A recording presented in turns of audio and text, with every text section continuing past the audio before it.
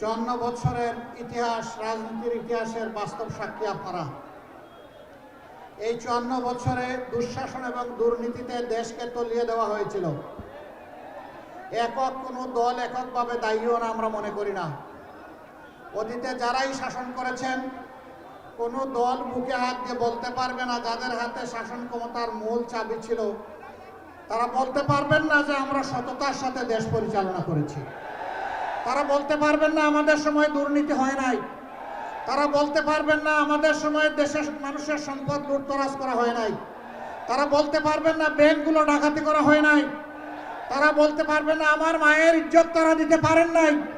তারা বলতে পারবেন না আমাদের যুবক যুবতীদের হাতে কাজ তুলে দিতে পারেন নাই। তারা বলতে পারবেন না আমাদের শিশুদেরকে ভবিষ্যতের নাগরিক হিসেবে গড়ে তোলার জন্য তাদেরকে উপযুক্ত শিক্ষা তারা দিতে পেরেছেন, এটা তারা বলতে পারবেন না। এই না পারার কুফল 54 বছর জাতি ভোগ করেছে। আপনারা কি চান সেই পুরানা বস্তা পচা যে সামাজিক ব্যবস্থা ছিল, যে রাজনীতি ছিল 54 বছর, তাই নিয়ে আবার নতুন করে বাংলাদেশ চলবে? এটাকে আপনারা চান?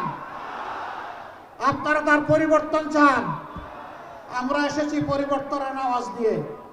আজ আমাদের সাথে আছে বাংলাদেশের আপামর যুব সমাজ, আমাদের সাথে আছেন আমাদের মা বোনেরা, আমাদের সাথে আছে শ্রমিক অঙ্গনের আমাদের ভাই বোনেরা, আমাদের সাথে আছে দেশের বঞ্চিত কৃষক শ্রমিকেরা, আমাদের সাথে আছেন সকল পেশার মানুষেরা।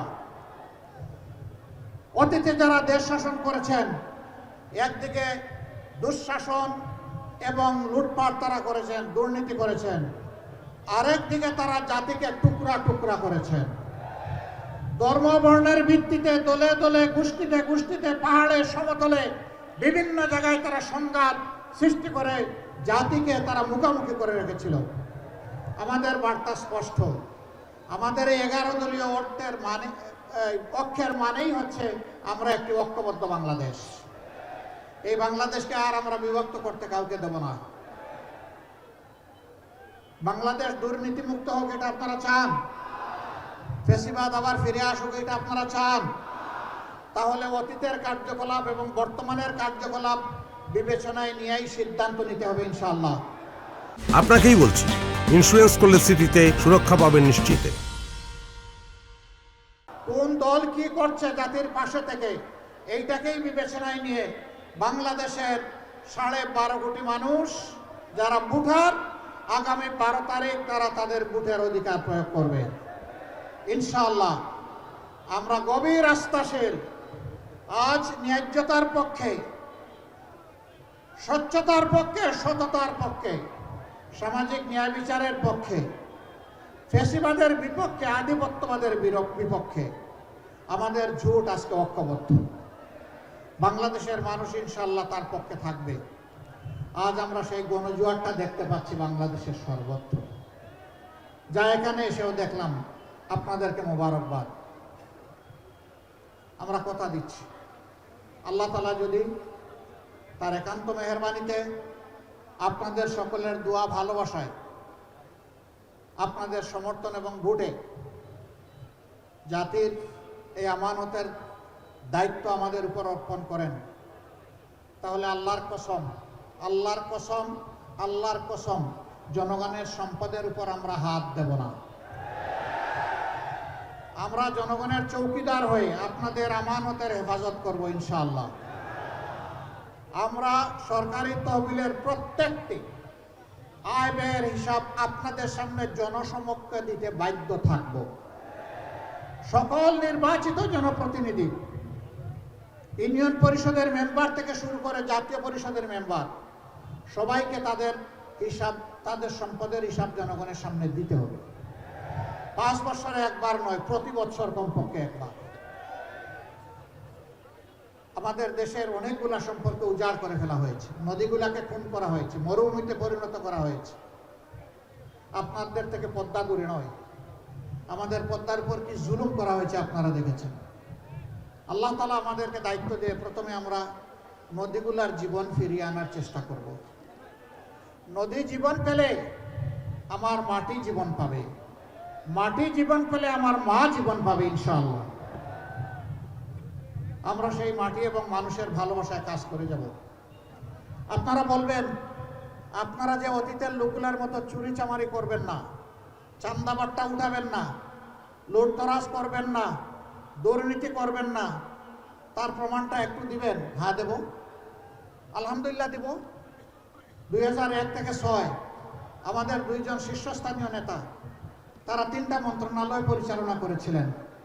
আলহামদুলিল্লাহ, তারা সৎ ছিলেন, স্বচ্ছ ছিলেন, তারা স্বজনপ্রীতি থেকে মুক্ত ছিলেন এবং তাদের 3টা মন্ত্রণালয় অত্যন্ত স্মার্টলি, দক্ষতার সাথে তারা পরিচালনা করেছে। আজকে সবগুলা আপনাদের দায়িত্ব পেলে সবগুলা মন্ত্রণালয়কে এই ধরনের লোক দিয়ে আমরা সাজাবো ইনশাআল্লাহ। সেদিন বাংলাদেশ মুক্তির স্বাদ ভোগ করবে। আর আমাদের স্পষ্ট বার্তা মা বোনদের প্রতি, যে জাতি তার মা বোনকে সম্মান করতে জানে, আল্লাহ তাআলা সেই জাতিকে সম্মানিত করেন। আমাদের মা বোনেরা গৃহে, রাস্তায় এবং কর্মস্থলে ইনশাআল্লাহ তারা শতভাগ সম্মান, মর্যাদা এবং নিরাপত্তার সাথে তারা থাকবেন এবং কাজ করবেন ইনশাআল্লাহ। কোনো জালিমকে তাদের দিকে চোখ তুলে তাকাতে দেওয়া হবে না এবং হাত বাড়াতে দেওয়া হবে না। তাদের ইজ্জত রক্ষা করা এটা আমাদের নৈতিক দায়িত্ব। আপনারা দেখেছেন 54 বছরের শাসন আমলে এই বদনাম আমাদের নাই, আলহামদুলিল্লাহ। মাদেরকে আমরা সম্মান করি, কিন্তু আফসোসের বিষয় আমরা সবাই মুসলিম ছিলাম, শুধু জামাতে ইসলামী না, সকল দল, একমাত্র আওয়ামী লীগ এবং তার সঙ্গী লোকরা ছাড়া। কি হলো রে ভাই? 5 তারিখে আল্লাহ তাআলা এই দেশকে একটা সুযোগ দিলেন সংশোধন হওয়ার, সুন্দর হয়ে সামনে চলার, দেশের উন্নয়নে কাজ করার। হঠাৎ করে কিছু মানুষ এটা ভুলে গিয়ে তারা নিজের উন্নয়নে লেগে গেল। অবশ্য মেহেরপুরের মানুষ খুবই ভালো, এলাকায় সবাই শিক্ষিত, ভদ্র এবং সৎ, এই জন্য এই জায়গায় কোনো চাঁদাবাজ নাই। ওরে বাবা, এখানেও আছে। মাত্র 3টি উপজেলার জেলা, 2টি আসনের জেলা, এখানেও চাঁদাবাজ আছে, যেখানে সবাই সবাইকে চিনে। চাঁদা নেয় কেমনে? ওদের শরম লাগে না? বিভিন্ন স্ট্যান্ডও দখলে চলে গেছে, ওগুলোও চলে গেছে। না না, ওদেরও চিন্তা নাই। ইনশাল্লাহ দেশবাসী যদি আমাদেরকে তাদের সেবার দায়িত্ব দেয়, আমরা তাদেরকেও বুকে টেনে নেব, তাদেরকে প্রশিক্ষণ দিব, তাদের হাতেও আমরা মর্যাদার কাজ তুলে দেব ইনশাল্লাহ। তাদের চান্দা উঠাতে হবে না, রাস্তায় অপমানিত হতে হবে না। অনেক সময় অতিষ্ঠ হয় অনেক ট্রাক ড্রাইভার চাঁদাবাজকে আসলে জীবনটাই একটা চাপ দিয়ে শেষ করে দেয়। ওই ঝুঁকিও নিতে হবে না। তারা আমাদের মতোই সমাজে সম্মানের সাথে বসবাস করবেন ইনশাআল্লাহ। তাদের জন্য ওই আগাম সুসংবাদ এবং দাওয়াত দিয়ে গেলাম, ও বন্ধু ছেড়ে দাও, ওই কাজ আর করিও না যে কাজ তোমার জন্য মানুষের অভিশাপ হয়ে তোমার দিকে বর্ষে। এই কাজ আর করিও না যা গরিব মানুষকে কষ্ট দেয়, নিরীহ মানুষকে কষ্ট দেয়। এ কাজ করিও না, তোমরা এখান থেকে ফিরে আসো। আমরা যুবক ভাই বোনদেরকে বলি, তোমাদের হাতে আমরা বেকার ভাতা দিব না। হ্যাঁ, কেউ যদি চাকরির জন্য অপেক্ষমান থাকে, আমরা নিজেরাই উদ্যোগ নিয়ে সরকারি খরচে, তোমার খরচে না, সরকারি খরচে তোমাকে দক্ষতা এবং যোগ্যতা সম্পন্ন একজন মানুষ হিসেবে গড়ে তোলার জন্য পর্যাপ্ত প্রশিক্ষণ দেওয়া হবে। 6 মাসে যার হবে 6 মাস, 9 মাসে যার হবে 9 মাস, যার যেটা লাগে। এ খরচ তোমাকে দিতে হবে না। 2টা স্কিল, 2টা যোগ্যতা। একটা হচ্ছে ভাষা, দুনিয়ায় কোনো জায়গায় যেতে হলে ওই একটা স্ট্যান্ডার্ড ভাষা আছে, এটা তোমাকে জানতে হবে। আর একটা হচ্ছে কাজ, ভাষা তুলে দিব মুখে, কাজ তুলে দিব হাতে ইনশাআল্লাহ। এই যুবকরা কি বেকার ভাতা চাও নাকি সম্মানের কাজ চাও? মাশাআল্লাহ, কেউ বেকার হয়ে নিজে থাকতে চায় না, সবাই সম্মানের সাথে বাঁচতে চায়। আমরা 5 বছর পর্যন্ত শিশুদের জন্য বিনা খরচে মানসম্মত শিক্ষা ইনশাআল্লাহ নিশ্চিত করব। যারা জীবনে দিয়েই চলেছেন জাতিকে, 60-65 বছর অতিক্রম হয়ে যাওয়ার পরে তাদেরও চিকিৎসার পূর্ণ দায়িত্ব নেবে রাষ্ট্র ইনশাআল্লাহ। হ্যাঁ, কারো যদি সেই রকম সামর্থ্য থাকে আর তিনি যদি বলেন না আমি পারবো, তাকে আমরা সেলিউট দেব, মোবারকবাদ জানাবো। কিন্তু যারা পারবে না তাদের দায়িত্ব রাষ্ট্রকে নিতে হবে। সারা জিন্দেগি রাষ্ট্রকে দিয়ে শেষ বয়সে অবহেলায়, উপেক্ষায় একজন নাগরিকের যদি জীবন কাটে সেটি হবে আমাদের ব্যর্থতা। আমরা এগুলা নিশ্চিত করব ইনশাআল্লাহ। আমরা আরো কথা দিয়ে যাচ্ছি, আমাদের যারা জনপ্রতিনিধি হবেন তারা যেদিন এই দায়িত্ব নেবেন এই দিন তাদের যে সম্পদ ছিল 5 বছরে সেই সম্পদ আমরা বাড়তে দেব না। সম্পদ বাড়ানোর কাজ করতে হবে জনগণের, আপনার আমার না। এই জনপ্রতিনিধিরা সব কিছু উজাড় করে তারা জনগণের সেবা করতে বাধ্য থাকবেন। এই সৎ সাহস যাদের আছে তারাই কেবল জনপ্রতিনিধি হওয়ার জন্য এগিয়ে আসবেন। এ সাহস যার নাই তার আসার প্রয়োজন নেই। ভিক্ষুকের মতো চেটে চেটে জনগণের সম্পদ যারা খাবে তাদের জনপ্রতিনিধি হওয়া উচিত নয়। আলহামদুলিল্লাহ আমাদের সহকর্মীরা চাঁদাবাজি মুক্ত, দখলদারি মুক্ত, মামলা বাণিজ্য মুক্ত। আমাদের সহকর্মীরা মানুষকে সম্মান করে ভালোবাসে। এই শক্তিই আমাদের শক্তি। আপনাদের দোয়া, আপনাদের ভালোবাসা, এই নিয়ে আমরা এগিয়ে যেতে চাই। মেহেরপুরবাসী 2টা মাত্র আসন, আপনারা ন্যায় ইনসাফের পক্ষে আমাদেরকে উপহার দিন। আপনারা দিবেন? যুগ যুগ ধরে অনেককে সুযোগ দিয়েছেন, একটিবার আপনাদের এই ভাইদেরকে সুযোগ দিয়ে দেখেন আমরা আপনাদের পাশে বিপদে আপদে থাকি কিনা। হ্যাঁ, আপনারা অতীতেও দেখেছেন এখানে আমাদের নির্বাচিত উপজেলা চেয়ারম্যান ছিলেন, ভাইস চেয়ারম্যান ছিলেন, তারা খেদমত আঞ্জাম দিয়েছেন, আরো জনপ্রতিনিধিরা ছিলেন।